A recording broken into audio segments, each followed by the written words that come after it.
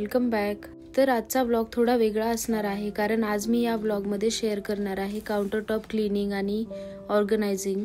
त्यानंतर मी तुमच्यासोबत शेअर करणार आहे एक ज्यूस रेसिपी ज्याने विंटर्स मध्ये इम्युनिटी बूस्ट होते आणि मी तुमच्यासोबत एक छान रेसिपी पण शेअर करेल जी आहे विंटर स्पेशल। तर त्यासाठी व्लॉग न स्किप करता लास्ट पर्यंत बघा। चला तर मग माझ्यासोबत एक छान सकाळ स्पेंड करा। तर सकाळी उठल्यानंतर फ्रेशन अप झाल्यानंतर बाल्कनीचे डोअर्स ओपन करून घेतले म्हणजे छान पॉझिटिव्ह वाटतं। तर सर्वात पहिले मी आज बनवतेय आवळा आणि बीटरूटचा ज्यूस। तर हा ज्यूस आपण एम्प्टी स्टमक घेतला पाहिजे आणि या ज्यूसचे भरपूर फायदे पण आहेत, स्पेशली विंटर्स मध्ये आणि इम्युनिटी बूस्ट होते। बीटरूट मध्ये भरपूर आयर्न, पोटॅशियम, नायट्रेट्स असतात आणि विंटर्स मध्ये बॉडीला वॉर्मथ आणि स्ट्रेंथ देण्यासाठी हा परफेक्ट ज्यूस आहे। आणि या ज्यूस मध्ये मी आवळा पण ऍड करणार आहे। तुम्हाला हा ज्यूस आणखी हेल्दी बनवायचा असेल ना तर यात एक कॅरेट आणि थोडंसं जिंजर ऍड करा आणि टेस्टही छान येते या ज्यूसला। चला तर मग तुमच्यासोबत या ज्यूसचे फायदे तर मी शेअर केलेच आहेत। आता मी ज्यूस बनवून घेते आणि छान एन्जॉय करते।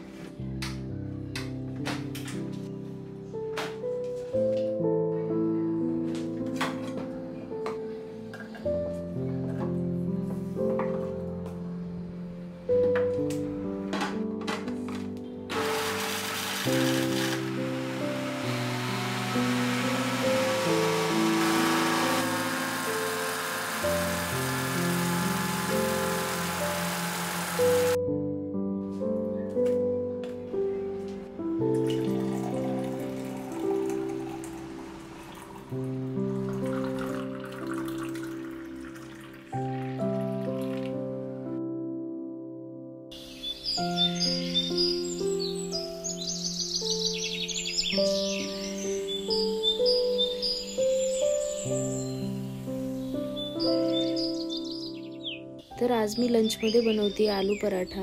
विंटर्स मध्ये पराठा खाण्याची मजाच काही वेगळी असते, गरमागरम पराठा आणि तोही तूप लावून केलेला। तर मी इथे पोटॅटोज बॉईल करून घेतले होते ऑलरेडी। तर याला पील करून घेऊ आणि मग यात काही मसाले ऍड करून याचं स्टफिंग रेडी करून घेते मी।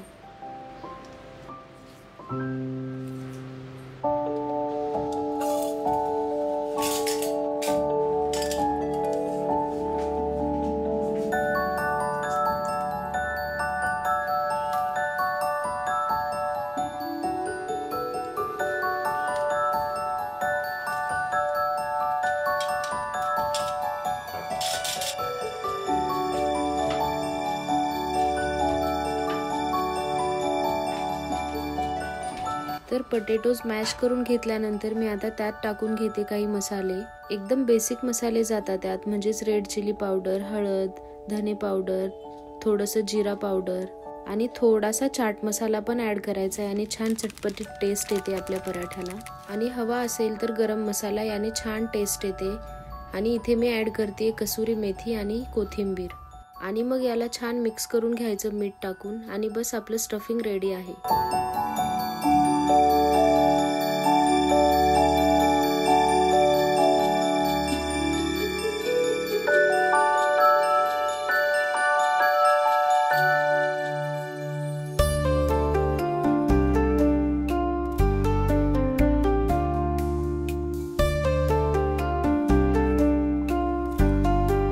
पोळी बनवण्यासाठी माझ्याकडे मावशी येतात, तर आज त्यांना थोडा लेट झालेला त्यामुळे थोडीशी तयारी करून ठेवली, म्हणजे त्या आल्या की लगेच पराठे बनवून गरम गरम सर्व करतील।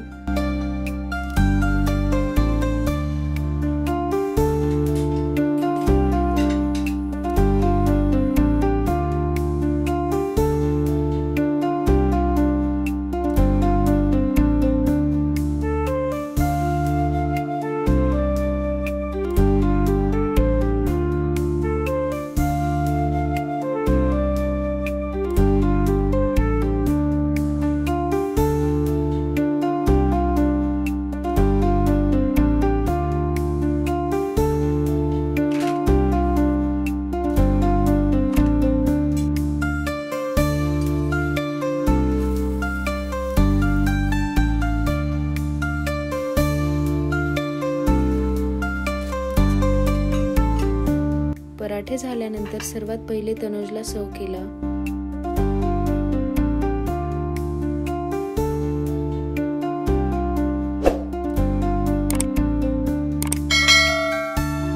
तर आज मी डिसाईड केलेलं की काउंटर टॉपच्या थोड्याशा सेटिंग्स चेंज करू, म्हणजे काही वस्तूंची प्लेसमेंट चेंज करून बघूया. आणि हा व्लॉग मी संडेला शूट केलेला.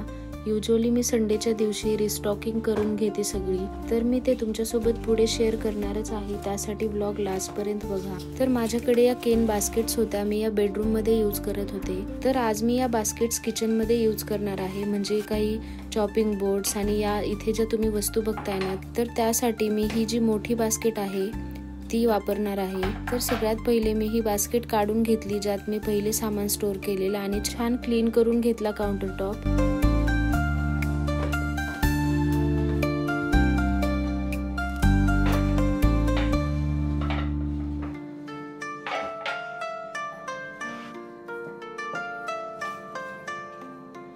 या बास्केट्समुळे ना छान टायडी लुक येतो आपल्या काउंटर टॉपला. काउंटर टॉपचं अरेंजमेंट थोडं चेंज केलं ना की काउंटर टॉपला छान नवीन लुक येतो. आणि या बास्केटमुळे छोटासा चेंज पण मोठा वाटला किचन मध्ये. कधी कधी फक्त वस्तूंची जागा जरी बदलली ना तरी मूड चेंज होतो. म्हणून आज काउंटर टॉपला फ्रेश आणि सिंपल सेटअप दिलं. थोडं डिक्लटर, थोडं शफल, आणि बस किचनला क्लीन आणि वॉर्म लुक मिळाला.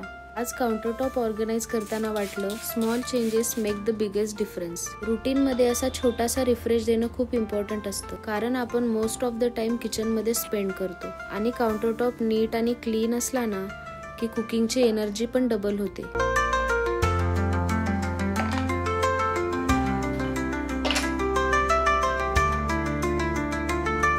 तर इथे माझ्याकडे हा पंपकिन आहे, जो खूप जुना आहे. मला असं वाटतंय हा माझं जेव्हा नवीन लग्न झालेलं तेव्हा आम्ही हा परचेस केलेला, म्हणजे हा 6 ते 7 वर्ष जुना आहे. आणि हा पंपकिन मी होम टाउन मधून परचेस केलेला, मला खूप आवडलेला. आणि हा मी काउंटर टॉप वरती असा छान दिसतो म्हणून यूज करते. आणि काउंटर टॉप वरती मी छोट्या छोट्या वस्तू स्टोअर करण्यासाठी याचा यूज करते. आणि हा पंपकिन दिसायला पण खूप गोड दिसतो.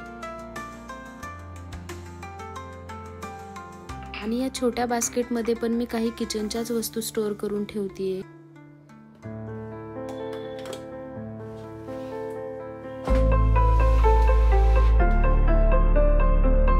तर चला आता मी तुमच्यासोबत वीकली रिस्टॉकिंग कसं करते ते तुमच्यासोबत शेअर करते, म्हणजे आपला पूर्ण वीक एकदम स्मूथ आणि छान जातो. संडेला आपण थोडीशी जरी तयारी करून ठेवली ना, लाईक 1 ते 2 तास फक्त किचन मध्ये स्पेंड करायचे, म्हणजे एक्स्ट्रा कामांसाठी, म्हणजे कुकिंगची प्रोसेस स्ट्रेस फ्री आणि स्मूथ होते. म्हणजे जनरली मी काय करते, ज्या ऑइल बॉटल्स असतात त्या आठवडाभर वापरून ऑइली होतात त्या छान साफ करून घ्यायच्या, म्हणजे एकतर तुम्ही त्याला वॉश करू शकता जर खूप घाण झाल्या असतील, नाही तर मग फक्त पुसून घेतलं तरी इनफ आहे. तर या बॉटल्स छान वाईप केल्यानंतर मी याला छान रिफिल करून ठेवते, म्हणजे आठवडाभर आपल्याला ऑइल शोधत बसण्याची गरज नाही लागत कुकिंग करते वेळेस. त्यानंतर मिठाच्या जार मध्ये मीठ स्टोअर करून ठेवते. परत आपला मसाला डब्बा असतो जो आपण रोज यूज करतो, आणि आठवडाभर यूज केल्यानंतर त्यातले काही मसाले तर नक्कीच संपतात, मग ते पण रिफिल करून घ्यायचे.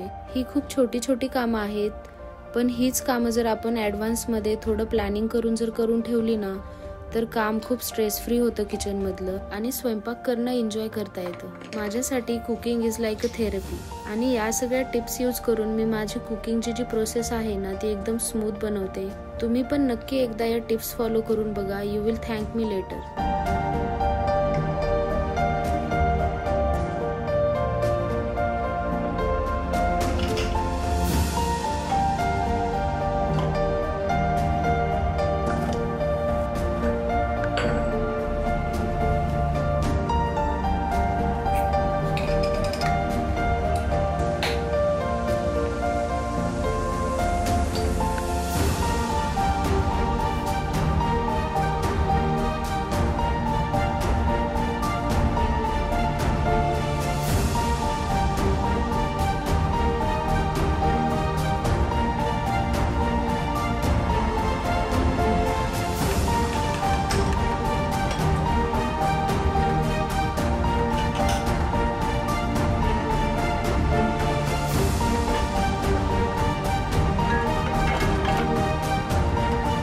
तर इथे मी ऑइल बॉटल्स रिफिल करून घेतल्यानंतर जे एक्स्ट्रा ऑइल होतं ते जागेवर ठेवून दिलं. आणि आता मला वॉश करून घ्यायचं आहे हे केटल, कारण हे केटल नेहमी गॅसवरतीच ठेवते. आणि हे गॅसवरती ठेवल्यामुळे काय होतं, जेव्हा मी फोडणी देते तेव्हा याच्यावरती ऑइल पण जातं, त्यामुळे याला नेहमी वॉश करून घ्यावं लागतं.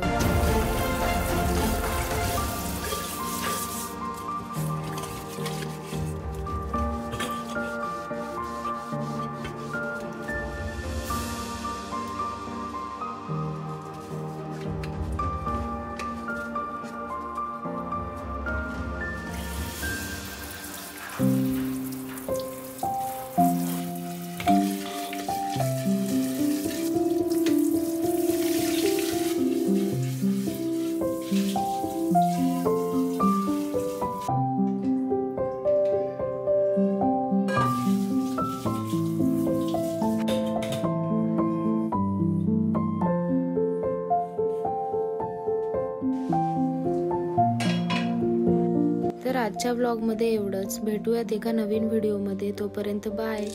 आणि जर तुम्हाला माझे व्लॉग्स आवडत असतील तर प्लीज लाईक, शेअर आणि सबस्क्राईब करायला विसरू नका. Thanks for watching.